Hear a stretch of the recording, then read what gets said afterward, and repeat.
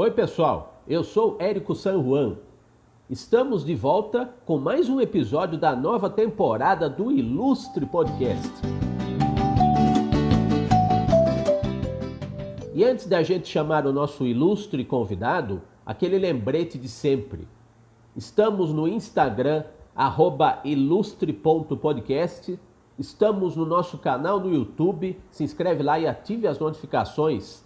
Ilustre Podcast, é claro. E estamos também nas plataformas digitais de áudio.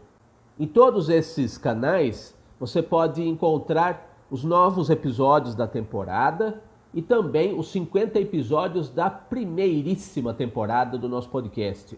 Muita arte, muita cultura, muita gente legal, gente interessante, gente de conteúdo para você conhecer a vida e obra de toda essa gente tão ilustre.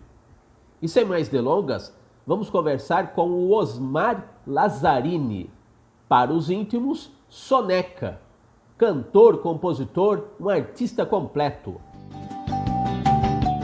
Oi, Soneca, seja bem-vindo ao Ilustre Podcast. Salve, grande Érico! Olha, um prazer estar aqui no seu podcast. Você sabe que eu sou seu fã e não é de hoje. E gosto muito desses últimos tempos que a gente se aproximou através da arte, pelo seu cartoon. E vamos começar o nosso papo aqui falando das suas origens. Fala da sua cidade de origem, quando que você veio, você estreou nesse mundão de meu Deus, quem que cercava na sua família, quando que você deu os primeiros passos na vida aí, o mundo como era nesse seu tempo, nos anos 1970. Você sabe, né, que eu tenho 52 anos já. Eu nasci exatamente em 1970. E eu sou um caipira, também com um sotaque razoavelmente acentuado. Eu sei disfarçar quando necessário, mas eu gosto de falar mesmo, é um caipirês. Só que, curiosamente, eu nasci em São Paulo, cara, na ZL. O que aconteceu de eu ser caipira é que logo depois que eu nasci, aos 2 aninhos, meu pai voltou pra terra natal dele, que se chama Tabatinga.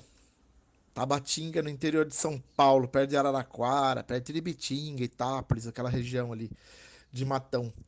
E eu fui inicialmente morar num distrito de Tabatinga que se chama Curupá, que é uma cidade de seus 1.000 habitantes, mais ou menos assim. Por que eu tô falando que eu fui? Apesar de ter morado pouco tempo ali em Curupá, cerca de 2 ou 3 anos, foi ali que eu tomei contato com o que era música, que eu descobri o que era música. Porque muito pequenininho, minha tia chegou em casa com um LP compacto. Um LP compacto não, né? Um compacto simples, os jovens não sabem o que é isso. Era quase do tamanho do CD, só que era preto e tinha um buraco mais estreito no meio. É, e esse compacto era Rock and Roll Lullaby, do BJ Thomas.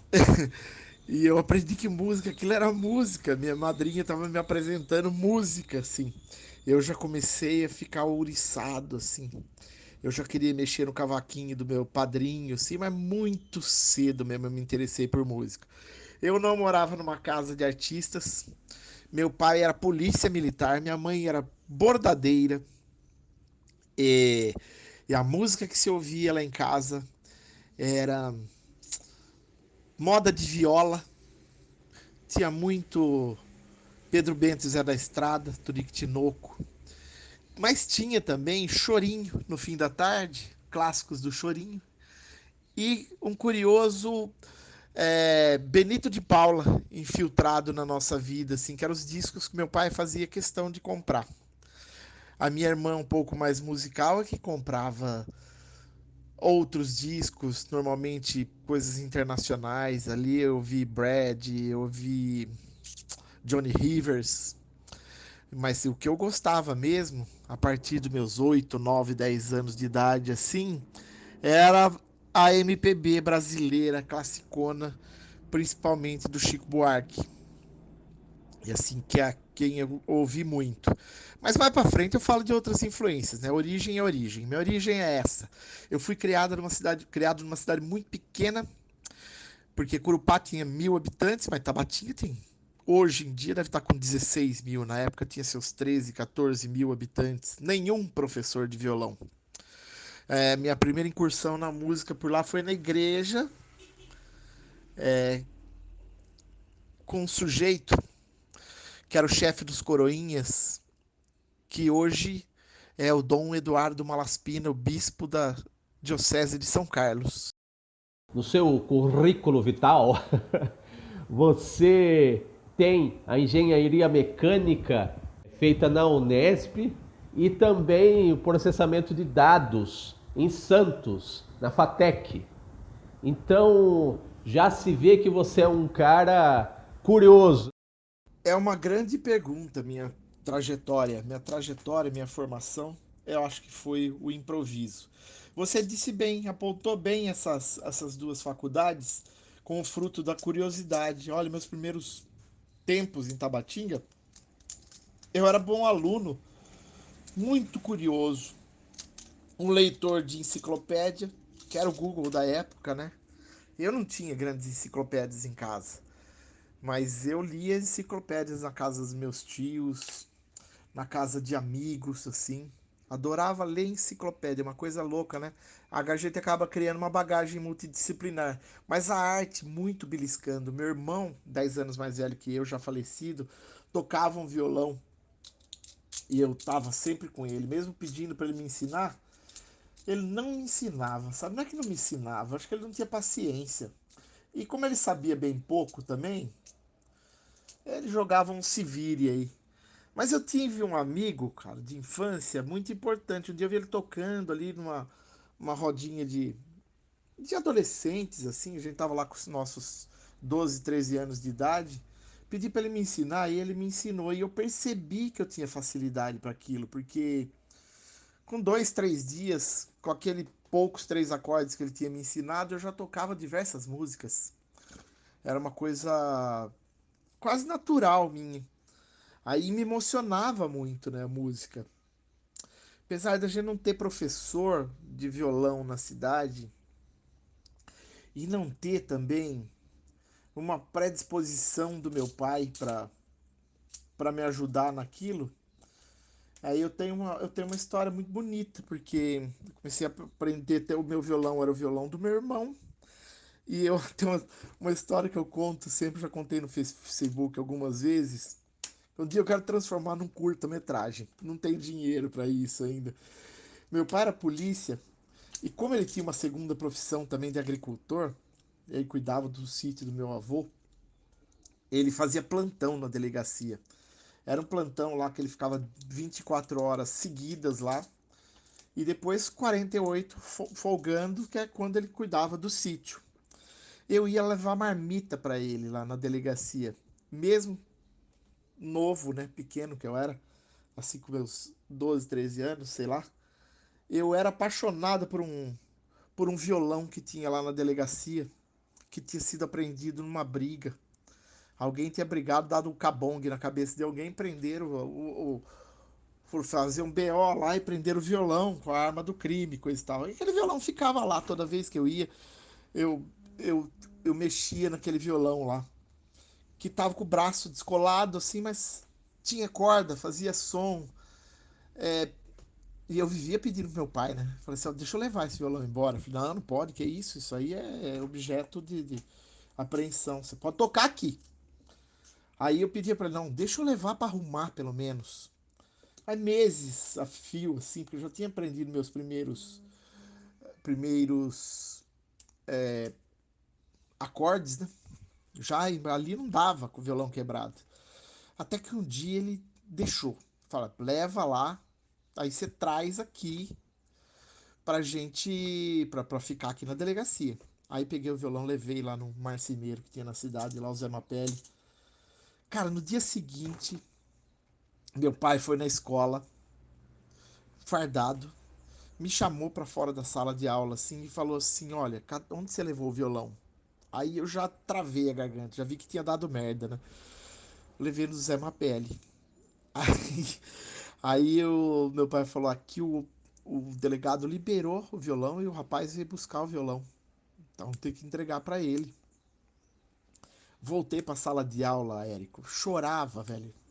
Chorava bicas. Desesperado. É como se o universo tivesse me traído, assim. Eu era apaixonado por aquele violão. Era o primeiro amor da minha vida.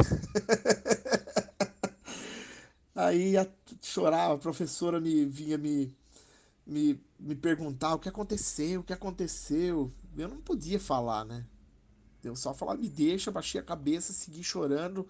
Meus amigos também, ninguém me perguntou nada, viram que o negócio era grave. Aí chegou no fim da tarde, assim, a hora que eu cheguei em casa, assim, meu pai sério, na varanda, assim, meu irmão ali sentado também. Os dois meio cabisbaixo, assim, e eu entrei ainda, destruído, com o olho inchado, assim, entrei e fui batidão, assim. Fui lá pro meu quarto. A hora que eu entrei no meu quarto, o violão tava em cima da cama. Meu pai tinha comprado do cara.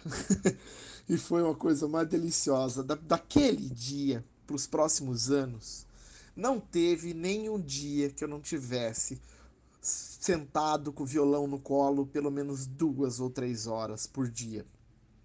Isso é um começo, sabe? Quando você percebe que tem algo que chama, assim, e mesmo sem ter professor na cidade, tinha as revistinhas na banca, violão e guitarra, Você Canta Sucesso, que eram editadas pelo Sérgio Augusto, né? Que morreu recentemente, grande compositor, assim, um cara fundamental, assim, no meu começo, porque na Você Canta Sucesso ele tinha as notícias dos festivais de música, que tinha no Brasil inteiro, e eu achando que tinha só na televisão, né? Meu caro, foram lindos anos. Eu acho que da minha infância até adolescência, não era em vão que eu assistia todos os programas de música na TV, aqueles MPB 80, MPB 81. Eu assisti tudo aquilo lá, cara. Só não assisti o de 79 porque foi na Cultura e a Cultura não pegava em Tabatinga. Mas era um fanático pro festival, queria saber quem que ia acontecer, como é que fazia para ser um sucesso, coisa e tal. Depois a vida veio me ensinar da pior forma possível, né? Encarando a realidade de que o sucesso, pelo menos hoje em dia, não é conquistado, ele é meio que comprado. Soneca, eu queria começar a falar com você da música, da canção, da sua trajetória na música popular brasileira, né? A música popular feita por lutadores, feito você, né?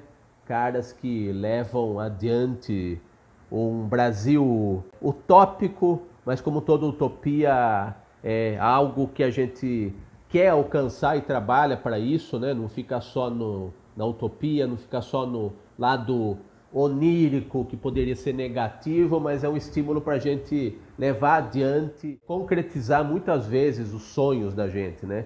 Por meio dessa música de qualidade que se luta para fazer, que você luta para fazer, você e tantos outros colegas, né? Então eu queria falar de dois colegas, dois parceiros seus que foram, que são fundamentais na sua trajetória por motivos diferentes, né? O Zé Edu Camargo, com quem você compôs dezenas e dezenas de canções, e o Zé Rodrigues, que dispensa apresentações para quem conhece muito bem o rock rural, conhece a trajetória de Sá Rodrigues e Guarabira, conhece Casa no Campo, que ele fez com o Tavito, enfim. Você tem seus motivos muito pessoais, muito particulares, muito específicos para ter cruzado com essas figuras aí na sua vida. Elas que se tornaram tão emblemáticas para você, né? Então conta desses seus parceiros, como é que você cruzou o caminho de cada um deles. Eu adorei a sua precisão artística em citar esses dois caras. O Zé Edu Camargo, com quem eu compus centenas e centenas de canções. Não são dezenas, não. É muito mais. E o Zé Rodrigues, que eu tenho uma estima pessoal por ele gigantesca, assim. Vou começar dos primórdios. Como eu conheci o Zé Edu, eu era um sujeito que eu já queria compor. Eu flertava com canção desde os meus 14 anos de idade, quando eu participei do primeiro festival da minha vida em Ibitinga. Fiquei em último, mas o que importa é que eu estava dando os primeiros passos. Depois vieram alguns festivais na época de universitário em Bauru, na Unesp, lá quando eu fazia engenharia, também já com a minha banda.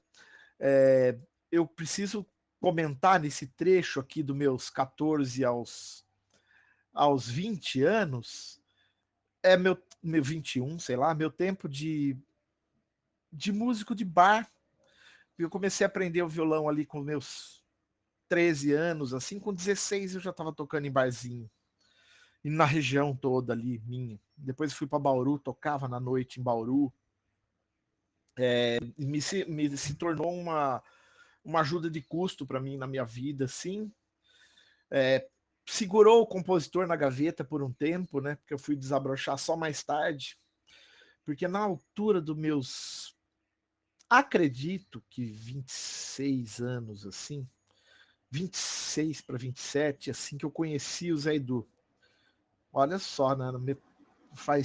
Já viajamos essa trajetória juntos já.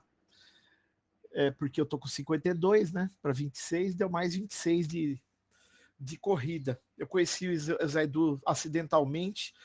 Ele tinha uma irmã lá em Tabatinga, e essa irmã dele tinha uma loja. E um dia eu entrei nessa loja para falar com a balconista lá, que era a Fernanda, e era tipo assim, 2 de janeiro, logo depois do Réveillon, assim. Falei, Fernanda, tá muito chato isso aqui, acabou de passar as festas, estão com vontade de fazer outra festa. Você não tem um motivo pra gente fazer uma festa? E o Zé Edu tava ali, naquele dia, lá conversando com ela no balcão, lá, falou, tem o aniversário do Zé Edu, que era o apelido dele na família, ela era Juca, aniversário do Juca. Eu falei, você que é o Juca? Eu falei, sou. É seu aniversário? Um jeito meio caipira de ser também. Vamos fazer uma festa para você, então. Entra no carro e nós vamos convidar as pessoas. Ele falou, dou uma caixa de cerveja e uma picanha. Eu falei, fechou. Saímos com ele no carro para comprar as coisas e convidar as pessoas e fazer o aniversário dele. Nós tocamos violão a tarde inteira aquele dia do aniversário dele. Foi um sucesso, brindamos ano por ano, assim. Viramos amigo de infância já na primeira tocada. Era para ser uma gozação que se tornou uma construção de amizade, assim. E ele, no fim da festa, ele falou: eu faço uns sonetos. Eu falei: me manda algum, porque eu sou compositor. Não era nada, tinha feito meia dúzia de música na minha vida lá. Aí ele mandou um soneto, outro, começamos a fazer música. A gente não parou mais nem de fazer música, nem de sonhar com música, porque aí a gente passou a. Eu parei de tocar na noite, eu já tinha parado, na verdade, para ir fazer minha segunda faculdade, dar uma consertada na vida, e passei a só compor. E o Zé Edu virou o grande companheirão, assim, da minha vida naqueles tempos, assim. Até que quando eu tava com 31, 30, com 30 anos, eu fui assistir um jogo de futebol com ele na casa de um amigo dele, o Edu Vieira. O Edu falou que trabalhava na revista Info, e o Zé Edu trabalhava no Guia Quatro Rodas, lá na editora Abril. Aí eu falei, ele não tá precisando de ninguém nessa revista aí, não? Daí ele falou, me manda seu currículo que eu passo lá para diretora de redação. Assim eu fui trabalhar na editora Abril também. Aí eu tava no mesmo prédio que o Zé Edu, assim. A gente era companheiro de almoço, de cafés, de meio de tarde, assim. Aí aguçou o sonho ainda mais. Esse áudio vai ficar mais longo que o outro ainda, né? Porque é nessas idas e vindas, assim, de a gente procurar onde tinha música na cidade, a gente foi trombar num recém-inaugurado Clube Caiubi, que era um bar em Perdizes, onde tinha um encontro de segunda-feira, onde só podia tocar as próprias músicas. E assim a gente chegou no Clube Caiubi. E nessa, aí multiplicamos nossa produção, né? Porque tinha para quem mostrar, tinha com quem compor, a gente já tinha acelerado nossa produção musical já, porque ele já tinha saído dos sonetos e entrado na seara de letra de música, companheirão de boteco, de cerveja, de vamos gravar um disco, coisa e tal. Que aí foi na época que eu gravei meu primeiro disco, Incríveis Amores. Foi em 2002, o ano que eu entrei na lista de discussão M Música, onde estava o Zé Rodrigues. E onde estava Érico San Juan também. E você lembra, né, que o Zé era aquela peça, aquela figura incrível, assim, com aqueles discursos enormes, assim, e aquilo tudo fazia sentido na minha cabeça. Era a contramão da indústria fonográfica e aquilo me instigava. Eu virei mais fã do Zé Rodrigues ainda. Para mim, ele era uma estrela da música, mas eu conhecia duas, três músicas dele, não tinha mergulhado na obra dele, não sabia nada dele. Num primeiro encontro presencial da M Música lá, eu convidei ele, já bêbado de cachaça, convidei ele para ir no Caio Bi, que a gente ia fazer uma homenagem para ele. A, a Pá Silvino me liga na segunda-feira, Pá Silvino, compositora e cantora de Fortaleza. E aí, tá em pé lá de ir no Caio Bi? O Zé tá me perguntando aqui. Eu falei, ai meu Deus do céu, é mesmo, convidei o cara. Saí correndo atrás de um teclado para levar lá. Eu não tinha contado para ele que o Caio Bi, na verdade, era um boteco daquele de salsicha no vidro, né? Aí ele foi, e foi uma revelação para ele, assim, que a gente compunha de uma maneira livre, uma maneira que não era do mercado. E ele, no começo, ele foi com a cara de outros compositores ali, assim, e eu era só o cara que tinha convidado ele. E aos poucos a gente foi criando afinidade, ele passou a frequentar o Caio Bi toda segunda-feira, aí foi conhecendo meu lado da tecnologia, que ele tinha interesse também, e eu tinha interesse no que ele tinha para me dizer de música, e a gente foi se tornando irmãos, porque ele me encontrava e me tratava como amigo mesmo, me beijava a face, me convidava para ir na casa dele, vinha almoçar com a gente na Abril ou nas imediações, compartilhava suas angústias pessoais, seus problemas, tocava na banda com a gente, os tropeçalistas, montou a banda. Se procurar no Spotify aí, Os Tropeçalistas, você vai achar um disco interessantíssimo, todo concebido pelo Zé Rodrigues, com um time de compositores que não necessariamente eram bons músicos, mas saiu um grande trabalho. O Zé me contou as coisas do mercado fonográfico, assim, as mazelas, as verdades, né, na cara, o que eu tinha que melhorar, o que eu tinha que calibrar, o que eu tinha que fazer. E a partir de conhecer o Zé Rodrigues, eu me tornei um estudioso obstinado da composição. Eu procurei outros compositores que eu gostava, me tornei amigo próximo deles, tipo assim, Celso Viafra, Kleber Albuquerque, Fernando Cavalieri. Todos esses caras, assim, eu quis me aproximar, assim, os caras que eu realmente admirava, assim, eu achava que eu tinha algo a aprender com eles. Até do conhecer o Zé, até a perda dele, foram 7 anos, assim, completou-se o setênio dele na minha vida, iniciou-se um grande luto, assim, depois da perda do Zé, porque eu perdi meu pai, aí eu perdi minha vontade de fazer sucesso. Eu queria ser um compositor requisitado quando eu chegasse na maturidade, assim, e eu meio que perdi o ritmo. Agora, recentemente, as pessoas estão sentindo uma certa intensificação minha, assim, porque agora eu não sinto que eu perdi o ritmo, eu sinto que eu perdi meu tempo. Por que eu não soltei essas músicas antes no mundo, assim? Para quem quisesse ouvir, gostasse ou não, deve existir um público no Brasil, no mundo, que se identifique com o que eu faço, que venha gostar das minhas influências de Zé Rodrigues, de Celso Viafra, de Zé Edu Camargo, de Alexandre Lemos, né? De Fernando Cavalieri, de esses caras que. De Léo Nogueira, que é letrista, mas que me influenciou demais também, de Ricardo Moreira, que é letrista e compositor, mas que me influenciou demais, de Ricardo Soares, de Vlado Lima. Então, um pedacinho de cada grande amigo do Caio Bi, né, dentro da minha obra, e ao mesmo tempo eu sou livre, né, para poder fazer as coisas que eu gosto. A música é uma arte que junta, né? Que une, que agrupa, né, Soneca? E você encontrou muita gente aí com quem você divide o seu trabalho, a sua arte, com as parcerias todas que a gente comentou, dois Zés aqui importantes na sua trajetória, mas teve muito mais, né? Muito mais gente. E nos festivais de música você encontrou essas suas almas gêmeas musicais? Você encontrou muita gente no Clube Caio B e na lista de discussão M Música. Não necessariamente nessa ordem, né? Esses grupos, né, que eu tô comentando aqui, mas fala de cada um deles aí. Fala de como você agregou, como você se deixou agregar por esses coletivos, né? Um termo que está em muito uso ultimamente, mas ele é bem apropriado aí para definir esses ajuntamentos aí de almas, né? Por que não, né?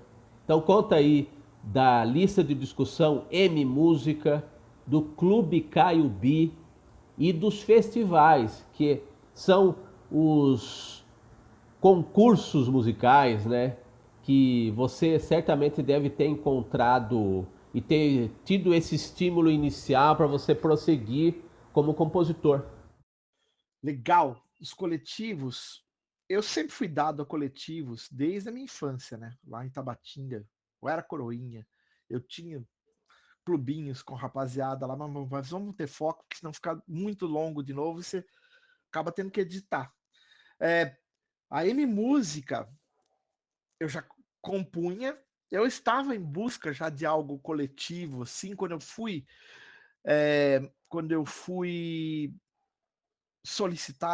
convidado a participar da RSMB. Essa eu não sei se você conheceu. A RSMB é a Rede Solidária da Música Brasileira, criada pelo Madan, que tinha o objetivo de juntar artistas para pleitear fim do jabá, espaço em rádio, criações coletivas, essas coisas todas. O Madan era doidão, mas era um super visionário assim, do coletivo. E ali na RSMB eu conheci figuras importantíssimas, como eu comentei do Fernando Cavalieri, mas eu comentei, até lá tinha Ricardo Moreira, tinha Dolar Marim, tinha Léo Nogueira. E o Ricardo Moreira, de novo, ele me convidou para entrar na M Música. Falou: tem uma lista e tem uns caras, velho. Tá Zé Rodrigues, tá o Luiz Nassif, tá o Guarabira, Sérgio Santos, tá uns caras foda. Só sei que ele deu um jeito lá e me enviou um convite através do Alan Romero para entrar na M Música. Para mim foi um deslumbre M Música. Tanto é que a M Música persiste e resiste até hoje, tanto como grupo de WhatsApp quanto a lista mesmo, já nem com tanta força, que as debandadas de brigas e listas de discussão foram muitas, e assim, o pessoal foi saindo. O próprio Zé Rodrigues acabou saindo da lista, o Guarabira saiu da lista, mas é meu amigo até hoje, e parceiro também, a gente fez música junto. Com o Zé Rodrigues eu também fiz música e conheci o grande mestre da minha vida para as coisas da vida e para as coisas da canção. É, e queira ou não, a M Música é um embrião muito importante no Clube Caiubi. O Clube Caiubi era um boteco presencial que a gente frequentava, sim, mas a gente arrastava a gente da M Música para lá e, e o que dava moral para o Clube Caiubi como um movimento, porque através da M Música eu tive a oportunidade grande na minha vida de conhecer o Celso Viáfora, que eu levei lá para o Clube Caiubi, ele tocou no Caiubi, Jean Garfunkel foi lá no Caiubi também através desse tipo de convite, Paulinho Tapajós foi no Caiubi, através de convites nossos, assim, né? O Clube Caiubi acabou se tornando uma curiosidade. E a gente, José Rodrigues também foi, através dele, música, levado ao Caiubi, e ele levava outros artistas, porque ele tinha o nome, ele emprestava a sua identidade, Zé Rodrigues, um ícone da música brasileira e da publicidade, emprestava isso para que o Caiubi se tornasse um movimento efetivo, assim, entre críticas e de excesso de amadorismo que a gente tinha sobretudo liberdade, né? Lá no Clube Caiubi. Eu, por trabalhar na editora Abril, eu tive algumas facilidades, assim, por exemplo, criar o site do Clube Caiubi e expandir aqueles nossos encontros para o resto do Brasil. Foi uma matéria sobre redes sociais white label que eu pedi para minha chefe na época, Sandra Carvalho, se eu posso fazer então um, o Clube Caiubi de compositores, e ela vai fundo. E eu pude tirar umas horas de trabalho assim, de dedicar a criar uma rede social de compositores ali como funções do meu trabalho. Assim nasceu o Clube Caiubi.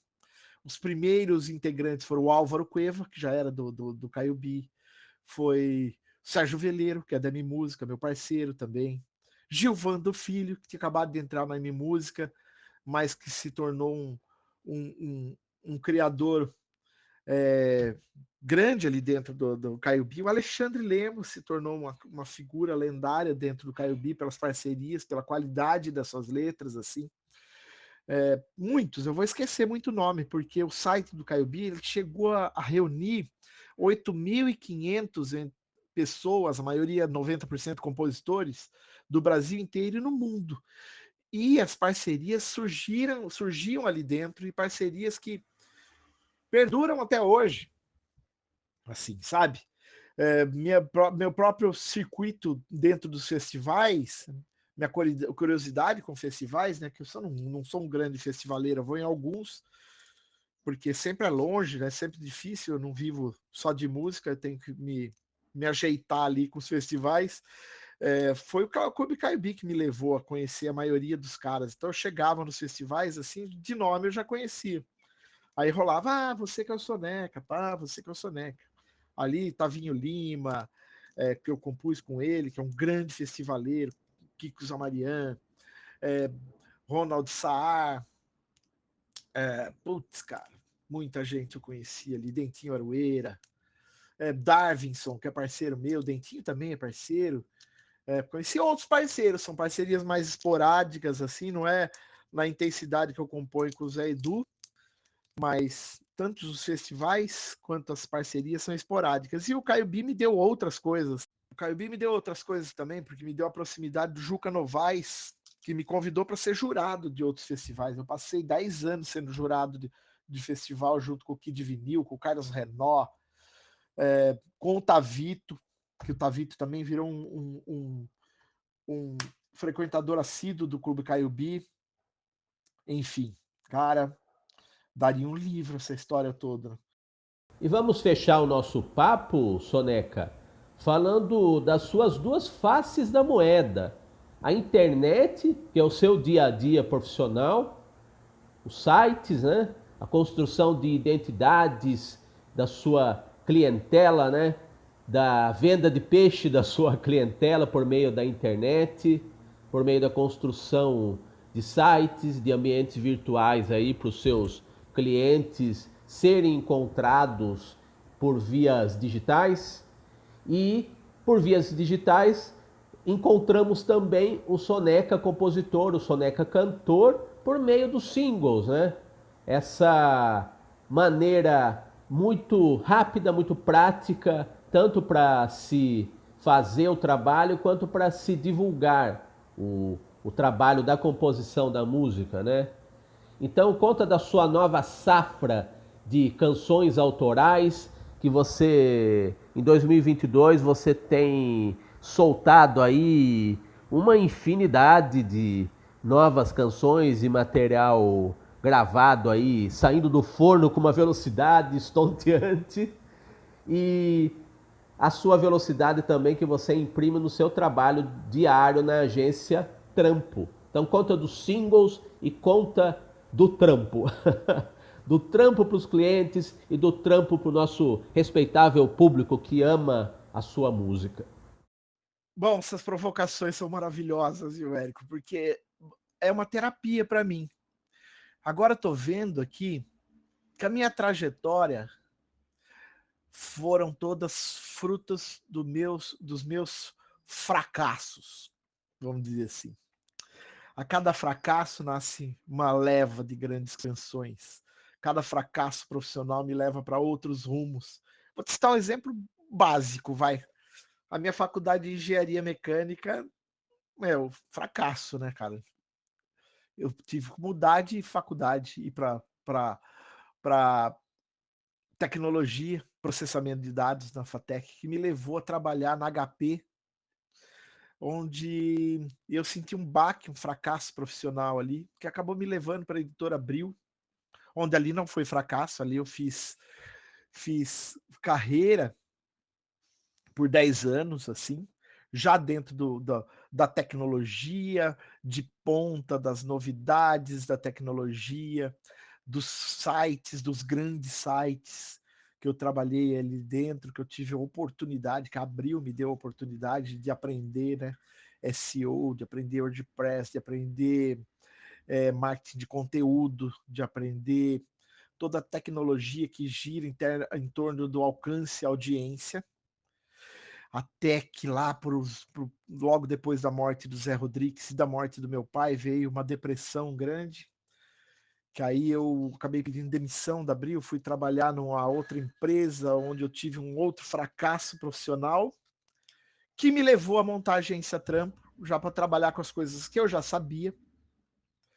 E não é um fracasso, porque faz 10 anos já que eu tô com a agência Trampo, onde eu tenho tempo para minha música, tenho tempo para mim, tenho tempo para os filhos, para a família, tenho tempo para me desenvolver, para trabalhar o que eu quero e não o que os outros querem, atender clientes, trabalhar pelo sucesso do cliente também, né? Transcender um pouco de mim. Isso me ajuda muito na música. Ao contrário do que parece, eu não tenho uma produção estonteante. Eu sou um compositor que durante 25 anos da vida compôs obstinadamente em busca de grandes canções, em busca da melhoria, ou em busca de um reconhecimento, assim, né? Porque eu nunca fui um grande festivaleiro, então não tive reconhecimento em festivais. Eu ganhei uma fan pop, que era o que eu mais queria, né? Mas outros festivais, assim, só tomo chumbo. Também não fui gravado por um secto de estrelas que me levasse a ser um compositor hiper solicitado. Fui gravado pela Luísa Posse, Sai Guarabira em projetos especiais, mais recentemente pelo Nilson Chaves, já também por meios coletivos, assim. Sim, dentro dos. E também não tenho grande alcance, vai, na música, assim. As pessoas, como eu sou velho já, as pessoas ouviram falar de algum jeito. E recentemente eu tive um clique, assim, eu fui para Belém a trabalho, fui chamado para uma consultoria oficial lá, assim. Aí eu fui tomar um chopp de fim de tarde com um amigo lá, que é o Marcelo Bacana, que tem um portal lá, que é um cliente, na verdade, né? O bacananews.com.br foi a gente que fez. Conversando com ele, ele estava contando dos fracassos dele, assim. Aí eu comecei a contar dos meus fracassos na música, né? Que eu não tinha chegado onde eu gostaria de chegar. Aí eu olhei para aquele bacia do Guamá, assim, e deu um nó na garganta, assim. E eu pensei assim, talvez era isso mesmo, né? Tudo que eu fiz na música se era para que o meu filho fosse meu fã. Porque eu tenho um filho de 17 anos, ele é meu fã, assim, ele ouve minhas músicas, ele acha tudo bom, tudo ótimo, assim. E ele tem sido a mola que me leva a produzir as minhas mais de 2.000 músicas feitas, assim. Eu não vou conseguir produzir 2.000 músicas, mas talvez eu consiga 100, consiga 200 músicas, assim, hoje em dia, já com um pouco mais de dinheiro no bolso, né? Porque produzir é caro. Fazer sucesso é muito mais caro. Chegar nas pessoas é caríssimo também. As pessoas não têm noção dos meandros que a arte passa. Assim, tudo é muito caro, tudo é muito difícil. Se eu vou tocar num festival, eu tenho que pegar uma condução, viajar, tirar um tempo que é difícil para mim, que eu vivo de tempo, né? Eu tenho uma agência de marketing digital, eu faço sites, campanhas de alcance, audiência, faço os projetos de posicionamento estratégico na internet para clientes, assim, faço sites a rodo. E eu, para tirar meu tempo para ir tocar no festival, é muito caro, é muito difícil. Então, assim, você está vendo uma produção estonteante que, na verdade, é conta-gotas. Esse fim de semana, revirando o baú, eu encontrei 2 DVDs, assim, e a hora que eu fui, quem será que é isso? Eu não tenho memória, né? Não sei se você sabe. Eu fui ver Dois em Outras, 21/4/2009, uma sessão de estúdio gravada ao vivo, e a gente tocando bem, cantando direitinho. Por que que eu nunca mixei, nunca masterizei? Porque faltava tempo, às vezes. Às vezes entrava nos meus processos depressivos, assim, e era uma outra reconstrução do meu ser interior, assim. Então, além do single que você viu sair essa semana aí, que foi gestado durante a pandemia, já pode contar com mais 4 ou 5 que eu vou mixar desse DVDs que eu encontrei. Eu tenho um disco, né? Não existe mais disco. Eu tenho um álbum, vai, de moda caipira, moda de viola inteirinho, pronto para ser lançado, que eu preciso ainda mixar e masterizar para dar uma qualidade mínima e colocar na, nas redes.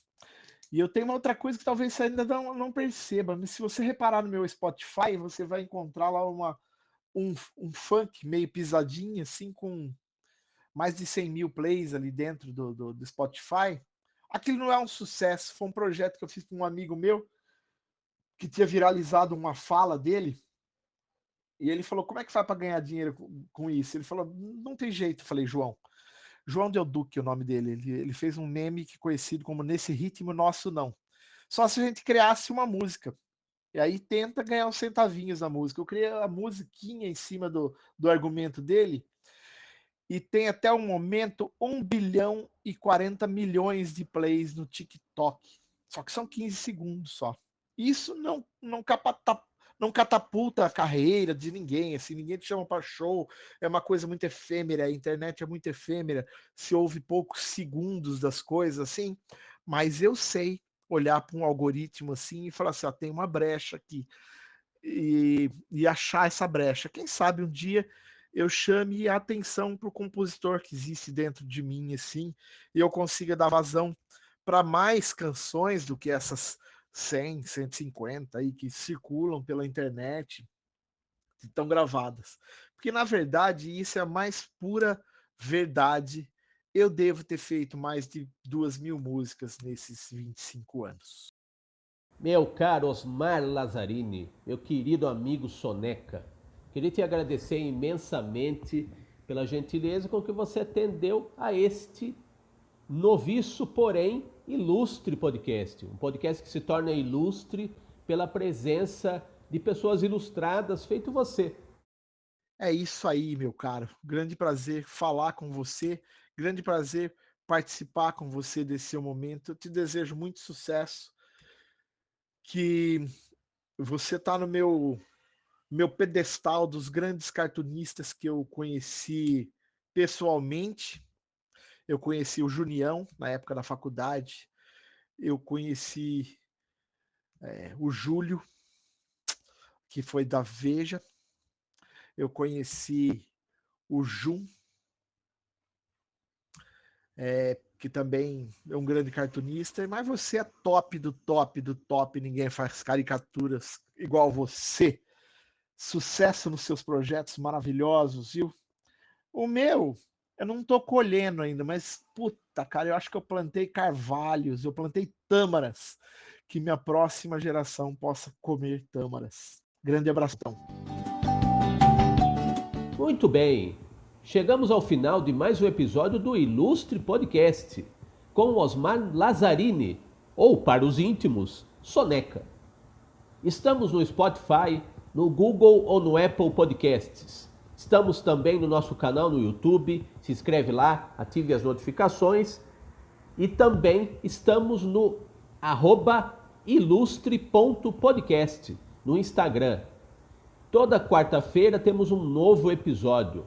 E em todas essas plataformas digitais de áudio e imagem, né, no caso do YouTube, você pode encontrar os 50 episódios da nossa primeira temporada e também os episódios desta segunda temporada. Estamos quase chegando aos 10 episódios aqui dessa temporada número 2 do podcast. Eu sou Érico San Juan e você sabe, estamos no Ilustre Podcast. Até a próxima!